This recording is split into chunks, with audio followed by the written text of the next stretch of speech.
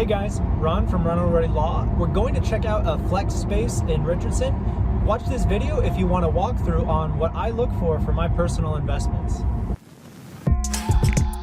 More carrots. Don't tear.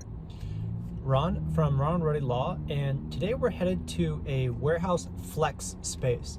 And this is a great property that we have under contract. It's about 45,000 square feet, 92% occupancy, so it's doing really well.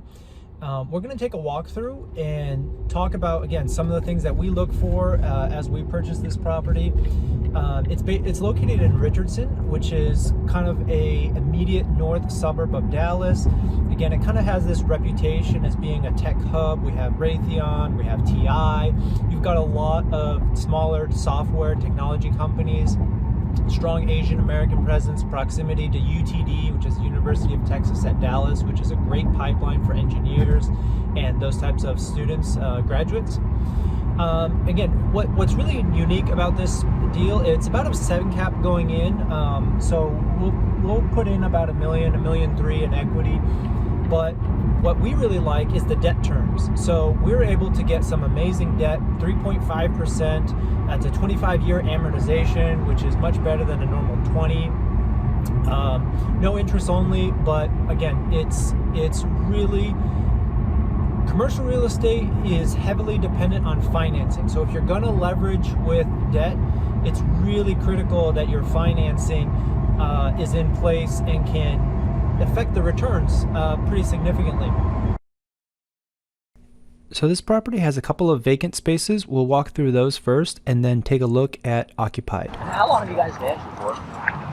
Tarantino has been here a little over 2 years. Okay. And then I took over a little bit less. Thank you. Go ahead.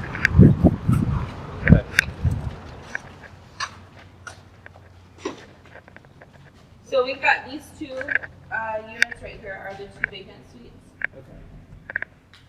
This one is shell space, basically. What's the typical makeup? I saw on the other side, if they have a roll-up, it's like maybe 10 or 20% of the units have the roll-up? Yeah, that's right, yeah. This building, they all have them. Oh, okay. And then that building, it just depends. Some of them have them and some of them don't. Gotcha. Are the roll-up doors all the same size? Yeah. Yeah, well, on this building. On the other one, some of them are a little bit smaller. Okay. How long have these two been vacant? This has been vacant. We had someone in here until January. Okay. Yeah. So you've got office, it has a bathroom, a small office right there, and then the office warehouse office. So it's really dark because there's no power to this particular unit, so I apologize for that quality, but you can really see that the doors are very thin. This is definitely a Class C.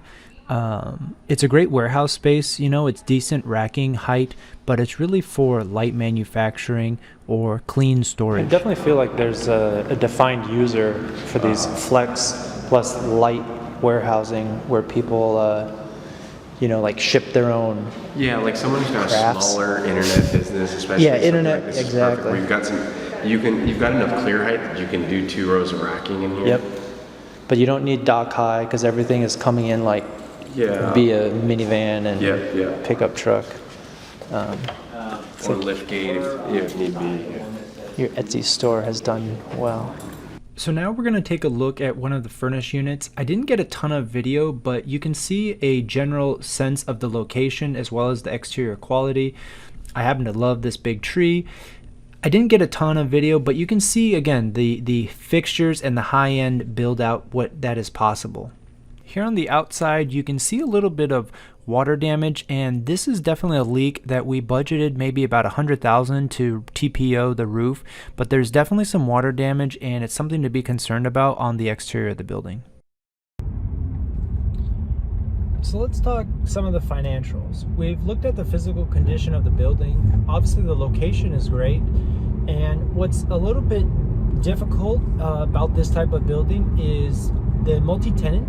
They're very small spaces, maybe 1,200 to 1,700 per suite, and some tenants have multi-suite. However, all of the leases are on different terms, and that can be solved if they're at least on some form of triple net or net that provide clear demarcation for the recapture of certain expenses. However, this particular property has a combination of gross modified and triple net. It really just is a logistics and a management nightmare.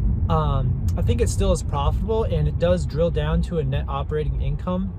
But for this particular property, with some capital expenditure improvements for the roof and some of the parking lot, we were probably looking at an all-in basis of 6.8 for the cap rate, and that just really doesn't make sense for the amount of management work. You know, if you remember from my other videos, we talk about my thesis is really hands-off. It's meant to be a passive investment, and that's why we like single tenant. You know, once you've done the underwriting, you like the tenant, stick with the one tenant. We like triple net. We like that consistency per building, per property, and we're looking for additional properties that we can grow without growing our management team. Even with that, you know, if we leased a little bit of that vacancy, which there is a lot of demand for, that only pushes it to a 7 something. And our kind of general consensus is for a property that's this management intensive, we need at least an 8 cap. And with something at this property, the price just doesn't make sense. The amount of work. We're going to pass on this particular property, but hope you enjoyed the analysis, the walkthrough, and some of the things that we look for when evaluating a warehouse property. If you like this video, smash that like button and subscribe for more commercial real estate content. Where's Garrett?